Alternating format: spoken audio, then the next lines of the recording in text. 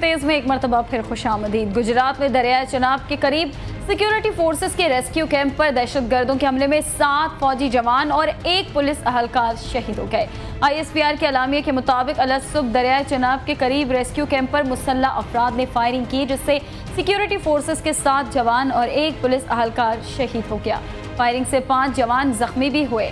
जख्मियों को गुजरांवाला CMH मुंतकिल कर दिया गया है। ISPR के मुताबिक दहशतगर्दों ने टाइम डिवाइस भी नस्ब की थी, जिसके फटने से कोई नुकसान नहीं हुआ। रेस्क्यू कैंप पाक फौज की एविएशन ब्रांच के पायलट मेजर जाहिद की तलाश में लगाया गया था, जिनका हेलीकॉप्टर 1.5 माह कबल दरियाए चनाब के नजदीक गिरकर तबाह हो गया था। हादसे के बाद हेलीकॉप्टर में सवार ट्रेनी पायलट का जस्दिखा की तलाश कर लिया गया था, जबकि लापता पायलट मेजर जाहिद की तलाश जारी है।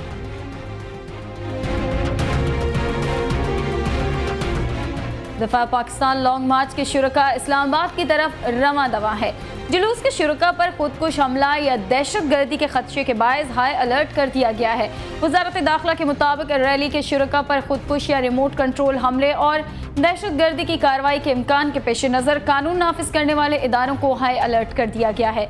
मुशीर दाखिला रहमान मलिक ने इस हवाले से वजारत दाखिला, पुलिस, रेंजर्स और FC को अलर्ट रहने का हुक्म दिया है, जबकि विफाकी दारुल हुकूमत की फ़ज़ाई निगरानी हेलीकॉप्टर्स के जरिए करने की हिदायत की गई है। दाखिली और खारजी रास्तों पर चेकिंग के निज़ाम को मज़ीद मौसर बनाते हुए पेट्रोलिंग बढ़ा दी गई है। मुशीर दाखिला ने IG इस्लामाबाद को यह हिदायत की है कि किसी भी मुश्तबा फ़र्द या मुश्तबा चीज़ पर कड़ी नज़र रखी जाए।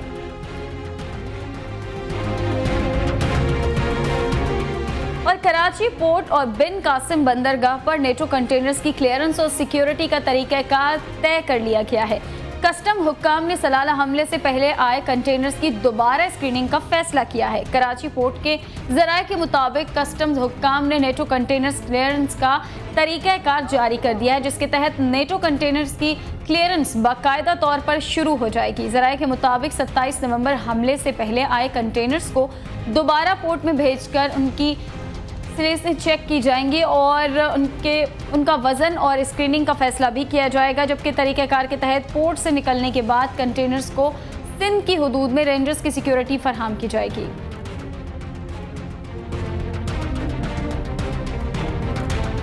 शहर के मुख्तलिफ इलाकों में फायरिंग और तशद्दुद के वाक़यात में 4 अफराद हलाक हो गए, जबकि हब चौकी के करीब फायरिंग से 2 अफराद जान से गए। शाहराह नूर जहां थाने की हुदूद में नामालूम मोटरसाइकिल सवार मुलजमान ने एक कार पर फायरिंग कर दी, जिसके नतीजे में नसीब खान नामी शख्स हलाक हो गया।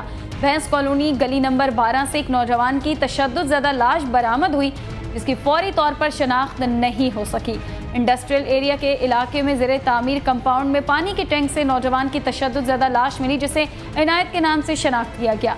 बिन कासिम के इलाके में रात गए मुबैना तौर पर झगड़े के दौरान फायरिंग से पुलिस अहलकार वसीम हलाक हो गया। उधर हब चौकी के करीब वाक़ अकबर कॉलोनी में नामालूम अफराद की फायरिंग से 2 अफराद हलाक हो गए।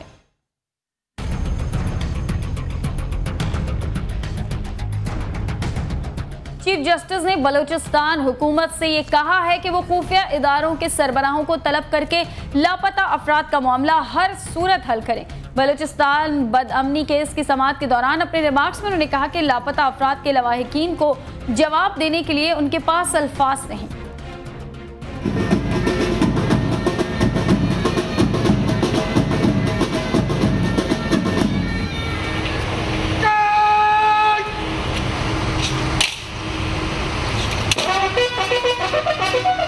सुप्रीम कोर्ट ऑफ पाकिस्तान का 3 रुकनी bench chief justice Iftikhar Mohammad Chaudhry की सरबराही में कोयटा रजिस्ट्री में लापता अफराद, मस्कशुदा लाशों और सूबे में अमन अमान की सूरत हाल के केस की समाअत कर रहा है। बेंच ने अमन अमान की सूरत हाल पर सूबाई हुकूमत की कारकर्दगी पर अदम इत्मीनान का इजहार किया। इफ्तिखार मोहम्मद चौधरी ने कहा कि बलूचिस्तान में आए रोज हालात खराब हो रहे हैं। यूनिवर्सिटी की बस पर हमले की तहकीकात मुकम्मल नहीं हुई।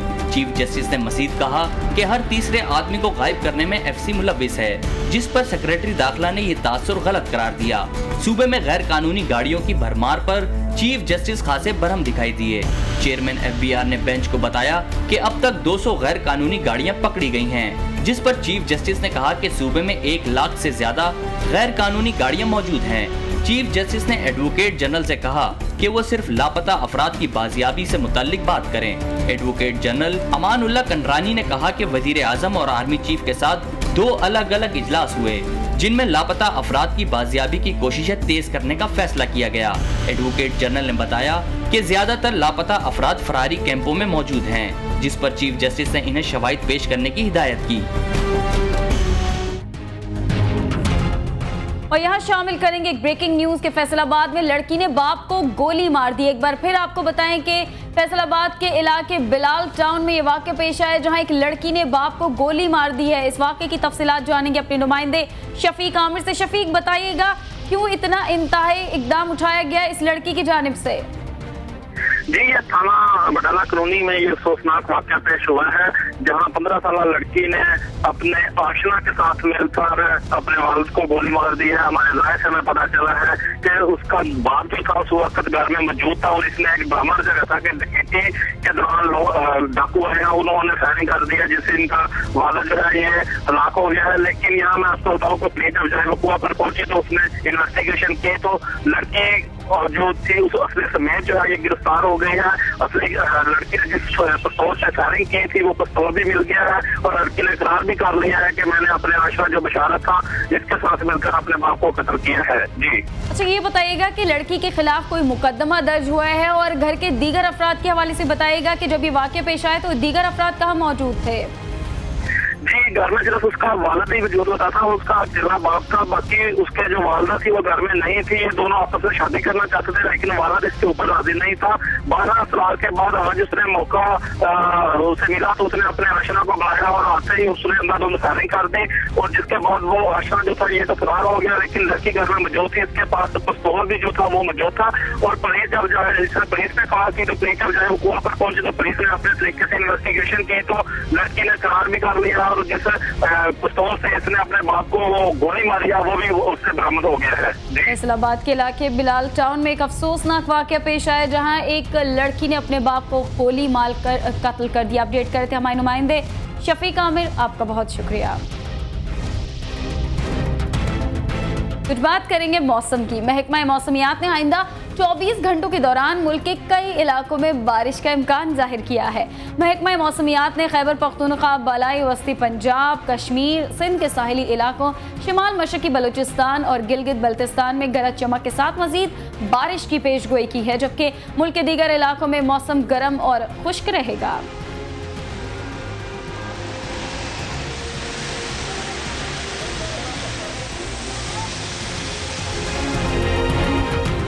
मुख्तलिफ जानवरों की आपस में नोक झोंक चलती रहती है। अब जो वीडियो हम आपको दिखाएंगे उसमें भी नन्हा रीछ और भेड़िया आपस में गुत्थम गुत्था हैं।